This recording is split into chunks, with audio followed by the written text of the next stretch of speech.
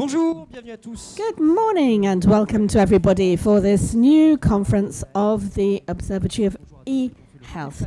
So for all of those who've travelled here to Fabre, near Toulouse, France, to the Pierre Fabre Foundation, welcome. And welcome to all of those who are following us remotely from their homes, their offices, with the University of French-speaking citizens. So throughout the day, don't hesitate to ask your questions and just say hi. And say, hi, I'm following from Abidjan, from Delhi, from Bangkok. It always makes us so happy when we receive these messages. So the program of today is as busy as it is fascinating, because we will be talking about artificial intelligence when not one day goes by without AI bringing along some novelties. And we will be looking at the contribution to health in countries of the South. And to introduce this conference, I would like to invite Beatrice, Garrette, who's director of the Pierre Fabre Foundation. On peut applaudir au passage quand même. Bonjour. Good morning, ladies and gentlemen, and all of those who are following us remotely, and I know there are many of you. And welcome to Andoise, the headquarters of Pierre Fabre Foundation, for the opening of this 7th conference of the Observatories for e-Health in the country of the South. So Pierre Fabre is an association of public utility and created the observatory within the framework of its missions, which is improving access to health and drugs in countries with limited resources, with the firm conviction that innovation and digital transformation must also contribute to improving access to health of for everybody. So for the past 7 years, the observatory's work has allowed us to identify and document 175 digital projects in 80 countries, and to support 41 winners to help them scale up and disseminate best practices. Each year, for the annual conference, we try to identify a theme that sheds light on the challenges, the opportunities, and stakes of health in the country of the South. And generally, there are a lot of internal debates among our expert committee. And I must say that this year, the question of the role of artificial intelligence was obvious to us, because it has really monopolized everybody's attention, creating as much hope as it has conjured fears. The hope brought by the use of artificial intelligence in the field of health are tremendous. This is developing diagnostic supports that are reliable and fast, health protocols that can be used everywhere by everybody, contributing to finding new molecules. And the fear is maybe the loss of our cognitive faculties and the increase of inequalities, disinformation, to the extent that we know that researchers themselves have called for people to take a break in artificial intelligence. And some people call this a sanctuary. The European Commission itself, via its president in the Union's speech, pleaded for the creation of a panel of global experts who would be in charge of assessing the risks of artificial intelligence for mankind on the model of the IPCC for the climate. So this global debate, within this global debate, so one thing is sure, is that access to knowledge and information is essential. Therefore, it is essential that the North and the South have an equal footing around the table during these discussions. If indeed we are heading for a social revolution that comes from the application and generalization of tools developed by artificial intelligence, this revolution must not be held without being inclusive, fair and sustainable.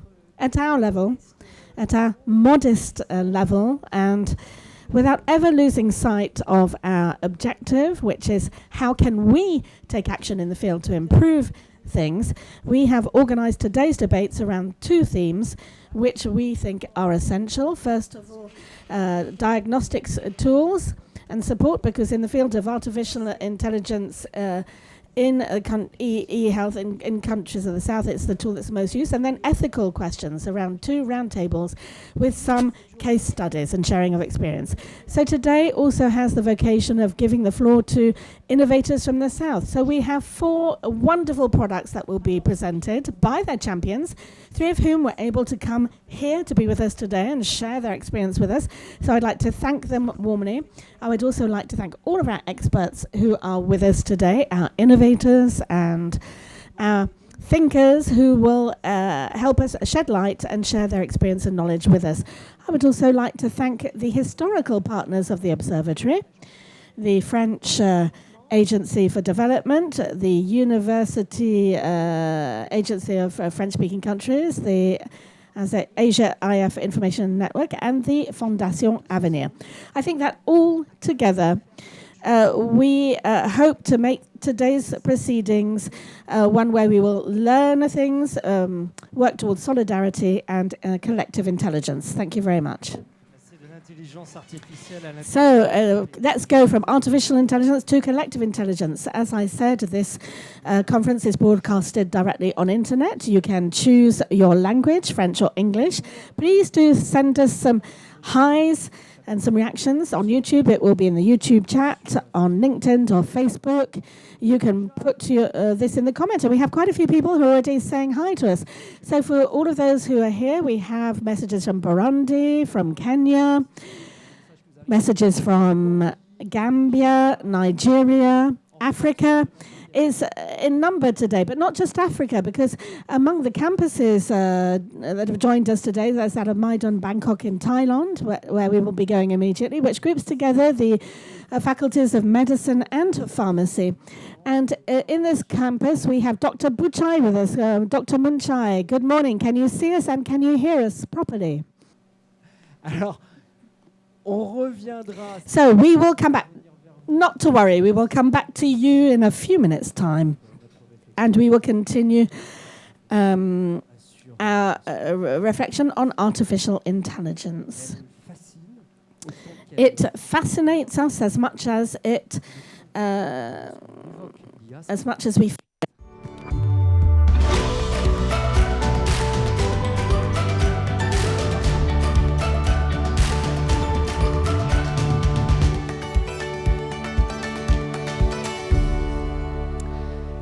Et nous avons ce matin. And this morning we are lucky and we have the tremendous honor and pleasure to be hosting Aziz Ayed, who works in the prestigious MIT, the Massachusetts Institute of Technology in America. MIT, which 2 or 3 years ago, I think, through your professor, brought out the first antibiotic entirely created by artificial intelligence to fight against E. coli. And it immediately had a performance that far exceeded anything mankind had been able to achieve. And so Aziz Ayed will be taking the floor. He is a graduate in mathematics. He has a graduate from HEC, and he's a researcher in MIT, and the generation that will see artificial intelligence unroll over the coming years. So I will leave him the floor to give us his vision of artificial intelligence. So thank you very much for hosting me here, and thank you for your introduction. I was lucky enough to talk yesterday evening with the winners of the foundation and members of the Pierre Fabre Foundation.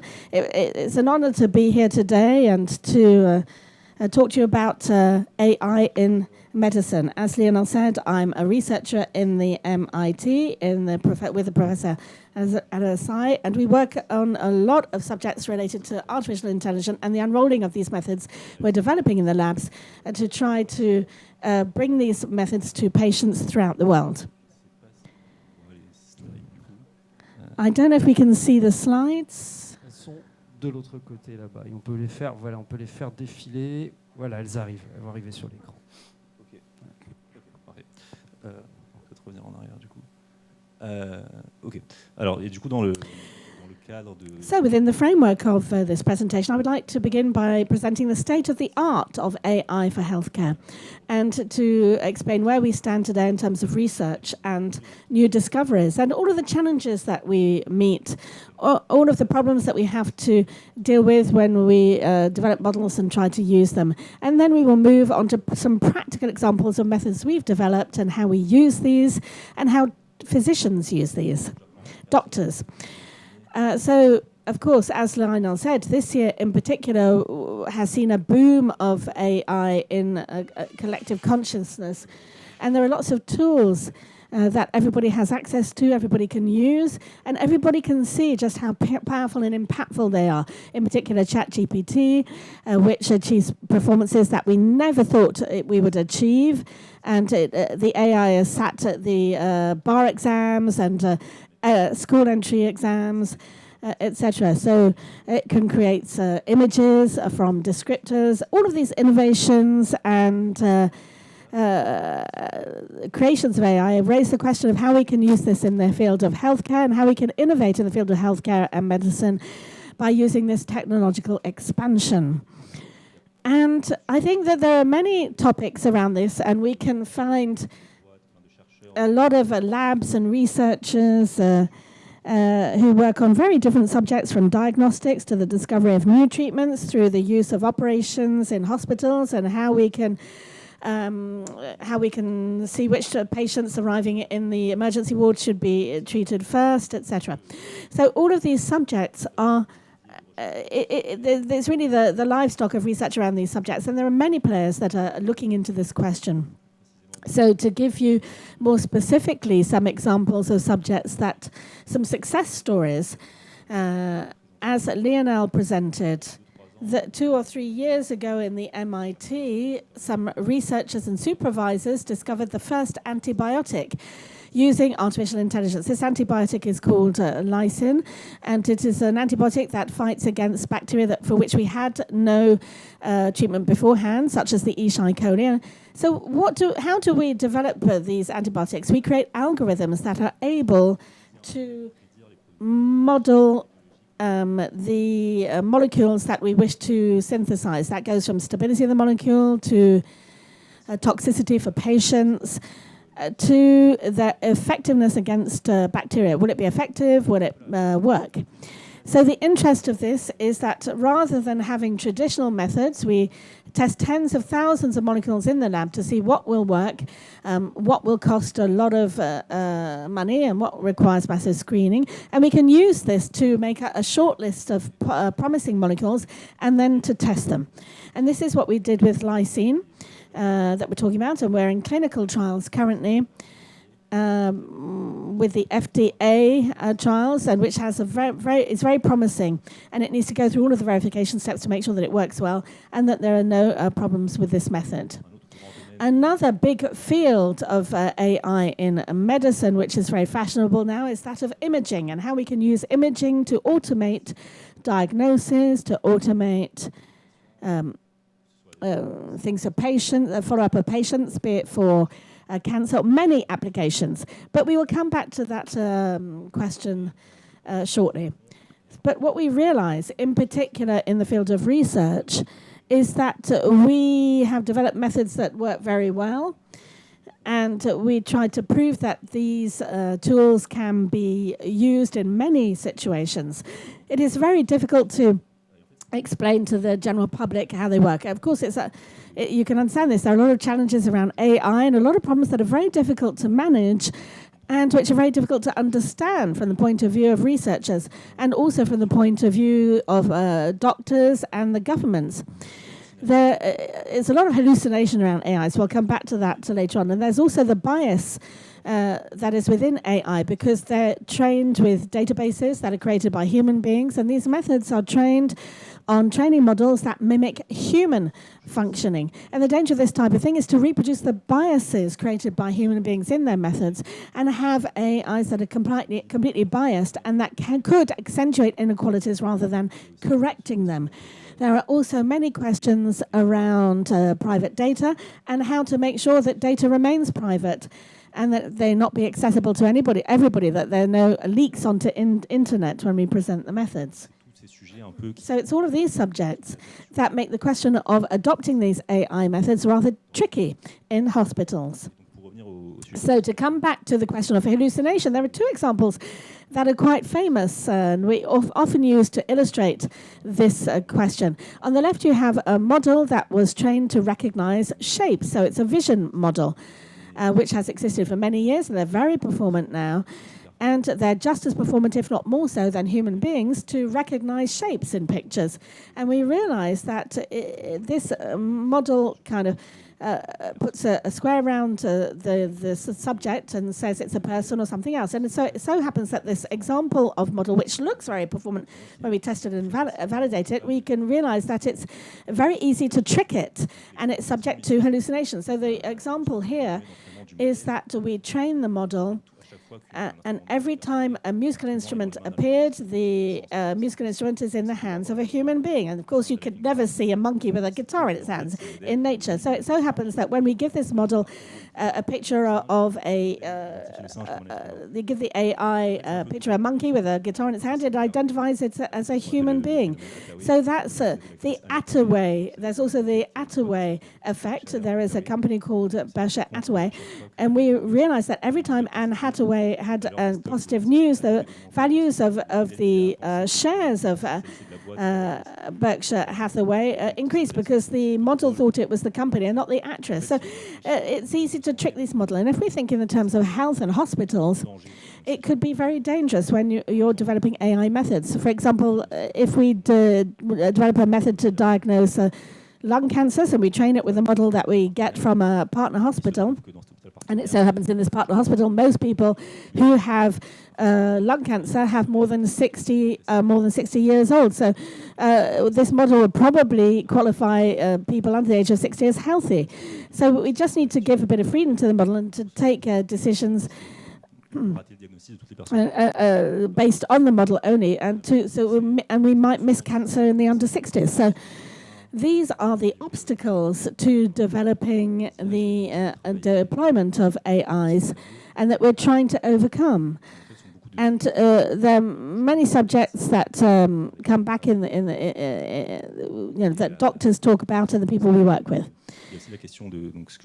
There is also the question of 60-year-old patients. We have the same problem with ethnic origins, and the model are trained by local researchers with local data, and there's a big challenge of access to data. Generally speaking, it's difficult to access generalist data. Therefore, models are trained on local data, and it's very difficult to generalize things. We train it, a model that's trained in America will have difficulty working in Africa, for example, and that's a real topic for researchers. But it's a subject that already existed in traditional medicine, and we'll see that later on. We can see that traditional medical methods that analyze risk scores are also biased and have trouble working in different populations. So we could continue talking about that subject for a very long time. And everything that's happening now, as I said, it is a very vast topic, and its growth is exponential. There are articles every day on new discoveries, and with this, new controversies and scandals every day.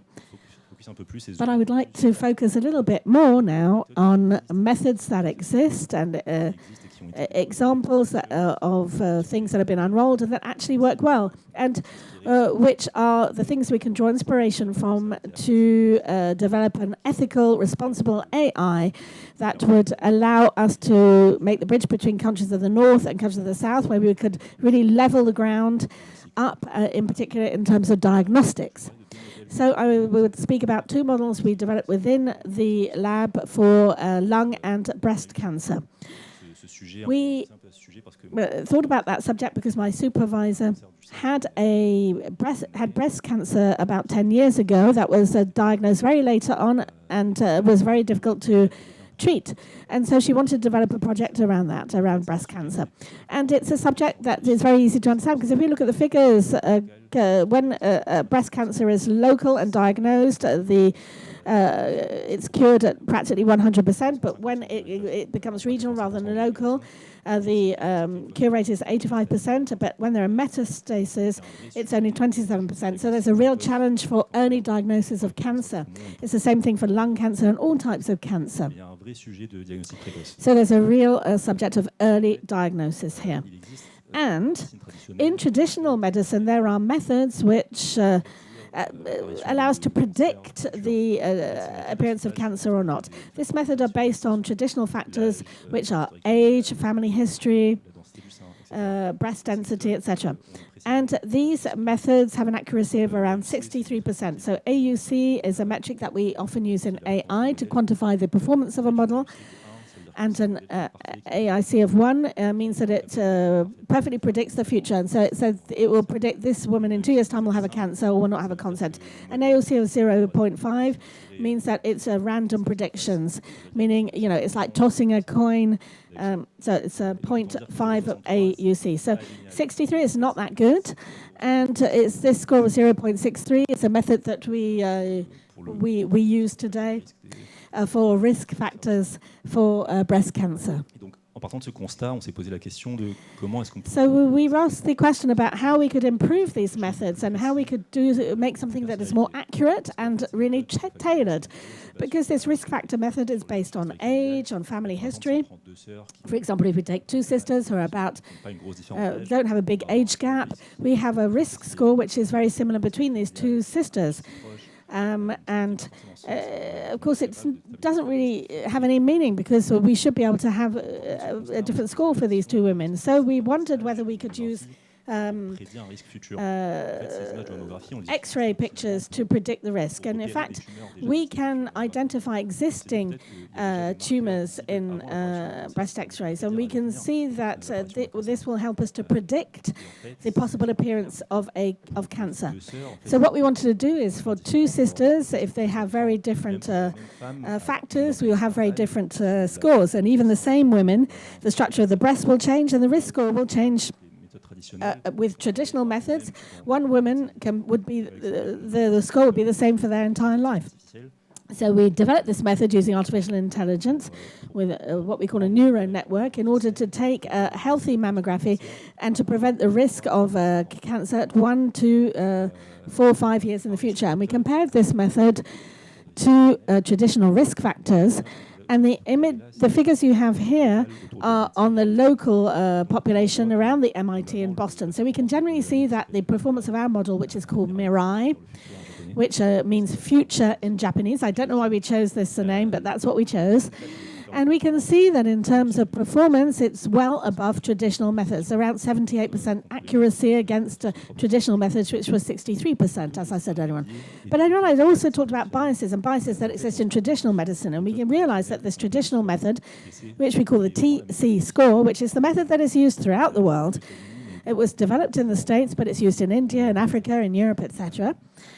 This method, when we test it on white women, has the performance that we're familiar with, which is 63%. When we test it on Afro-American women, the effectiveness drops to 58%, Asian women to 53%. So as I said, 53% is the equivalent of tossing a coin. So it's randomly saying whether a woman might have cancer or not. So what we tried to do with our method is to, based on these findings, we knew that there were these problems with the traditional method, was to train these models with patients from all different backgrounds and ethnic origins to make sure that the model remains effective whatever the ethnic origins of the patient. So as we can see, for American populations, if we divide it by ethnic origins, the performance remains around 73%. And then we took the analysis first. So we thought, well, can we use this model in hospitals throughout the world and make sure it works throughout the world? So it's a model we already trained, so we're not training it anymore, but we're just testing it on populations throughout the world. So we worked with hospitals in Israel, in China, Taiwan, United States, Sweden, and we published a research article where there's a conscientious analysis of the results throughout in all these countries, and we can see the performance is maintained everywhere. So there's an accuracy of around 75% in all of the countries. So we thought we would reproduce the experience for lung cancer. So we won't go into the technical details, but this year we published the results on lung cancer, and results are similar, if not better, with AI and its ability to predict the appearance of a cancer in 1 year's time with 86% accuracy. So it's not because we identify a tumor in this lung. We just say this person has to come back in 3 years' time because that person will have cancer in 3 years' time. So the possibilities are tremendous, whether it be to diagnose cancers in countries of the north where people often, they should be having examinations every 2 years, but you might develop internodal cancers in between these mammographies. And when we see them sometimes, it's already too late to treat the cancer. So with this, we managed to diagnose these cancers. I'm Tunisian, and I know that in Tunisia, there are many women who come and do a mammography once, and then they say it's okay, and they don't come back for another 10 years. And actually, with this type of method, we can say, well, for questions of means and access to health and hospitals, etc., with this method, we can say to them, no problem, you don't need to come back for 3 or 4 years, but you must come back in 4 years' time because you will probably have a problem in 4 years' time. And to the contrary, we can also say for women, we're sure there's no risk, no problem, you don't need to come back for another 5, 6 years. And, to relieve them of that mental load. And just a little aside here, one criticism, and when we're trying to develop these methods, is question of interpretability. An advantage of traditional methods is that it's easy to interpret. We're able to say, well, I think that you are at risk because your mother had cancer, because you have this gene, you have this risk factor. When I explain the methods that we use with images, it's very difficult to say to a woman, well, AI saw your picture and said that you're at risk, and we can't really explain why. But that's a real subject that it is difficult for us to deal with. So it's difficult to develop interpretable methods. We say to AI, why do you think this is the case? And show me the region where you think it is. And we can see an area where there's more light and potentially a cancer might develop in that place. So there's a real question of, do we prefer to have methods that are 90% performant and we can't explain, or 65% that we can explain? So it's not a rhetorical question, it's a real question. Because I'm not a doctor, I don't see patients on a daily basis, but I'm not the person who has to explain it to the 10% for whom it didn't work and say to them, well, it didn't work because, well, we don't know why, because AI thought that it was one thing and it was something else. But with pictures, it's interpreted. With traditional methods, we say, you don't have this gene, so normally speaking, you're safe. So let's come back to the unrolling of these methods. After developing these methods, we had a real problem of trying to unroll these methods so they could be used everywhere, with this optic of allowing the greatest number to benefit from them. So we realized that it was really complicated. Everything is published, and you can download them on the internet. They're free to read, but despite this, it was not adopted. So we set up an initiative where part of my work for last year was really, first of all, to develop software around these methods that are very easy to use and which run on laptops, which are very intuitive, that anybody can use, and doctors can use, and then to go and knock on the doors of hospitals across the world and say, well, we've developed this, it's free, and I'm there to set it up for you. Are you interested? And with this, therefore, last year we worked with 30 or so countries, and we tried to really focus on countries of the South. We started with Latin America because they're close by, Colombia, Chile, Peru, Brazil, Mexico. Then we went to Asia, Singapore, China, Taiwan, Hong Kong, and throughout Asia. And now we're trying to approach Africa. We have partnerships in Nigeria. We're looking for people who would be interested in using these methods in Africa. So this is a message to you. If anybody's interested, you'll see my mail at the end. Please do reach out. I wanted to talk about these two examples because we can see, as I was saying, there are a lot of questions around AI and the fear of what will happen with AI. Would it replace doctors? There's a question of data leaks. I just wanted to show these examples to show you that it's possible to develop public free systems that can be used to level the ground and to provide the same diagnostics capacity, be it in the back waters of Tunisia or in a very modern city. So we just need to do everything we need so that these methods are unrolled and that they are effective. A lot of labs are working on these subjects and in the same direction. And so there are a lot of studies around this. And from our point of view in our lab, our next subject in the field of diagnostics will be to use and develop these methods for other types of cancer, prostate and others. And now we're also looking, I was speaking earlier on the discovery of new drugs. So we discovered this antibiotic 3 years ago. Now we're looking at immunotherapy and the discovery of new antibiotics, and also questions of correcting biases in traditional methods, because if these biases existed in the breast cancer diagnostics methods, they exist everywhere. So we need to look at how we can correct these biases in existing methods. And there's a subject that's very important to me personally, which we're working on, and that's organ transplants, which is I don't want to say archaic, but it's a process that hasn't evolved greatly for a long time, and it has a lot of biases. To give you an idea, in the United States, a white person, the average time to find an organ is 3 or 4 years. Somebody of Afro-American origin, it takes 7 or 8 years, and that's because the traditional models are anchored in statistical genetics, which create inherent biases for access to organs in people of different ethnic origins. This is a very important subject for me. We're working on this in my lab, and we're open to collaborations in this area. We would really like to find hospitals throughout the world with whom we can work to try to develop new methods around organ donors. So if anybody is interested in this topic, please do contact me. So to conclude,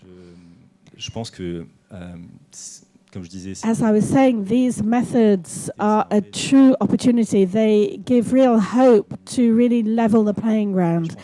And I think that there's a lot of work to be done around this, and we need to, all of the researcher teams and companies working on this must all come together with the hospitals who can use them as well. I think this is the main obstacle that we've come up against. It's moving from hospitals into, moving from research into hospitals and the adoption. So we're working more and more with hospitals and governments to develop these tools at national levels. And that's why I'm very happy to take the floor here, because it's this type of initiative, I think, that will help us to allow this method to be adopted at a global level. Thank you very much, Aziz, for brillante introduction. This brilliant introduction. On voit bien que l'IA, toutes les questions que pose l'IA, que ce all of the questions raised by AI, be it scientific or mathematical questions, and a lot of ethical questions for medical corpus. You talked a lot about research and application. Moving into application is already a reality for those who are not in the world of AI. You talked about breast cancer, and the Strasbourg Hospital has been using this for the past 6 months, where there's an experience where we compare the human eye and the AI eye when in detecting breast cancer. And AI has already detected 4 or 5 cancers in the past weeks that hadn't been identified by human doctors. And yet, no later than yesterday, the hospital in Rennes gave us figures about the reorganization of their emergency ward, in particular for small trauma. And now AI analyzes the images. And you can have a validation with the doctor, but AI detects the lesions better than a human eye, apparently. And it allows us to save 1.5 to 2 hours of waiting time by patients in the emergency ward. So it is used. It is also used in hospitals of the south, and this is what we will see now.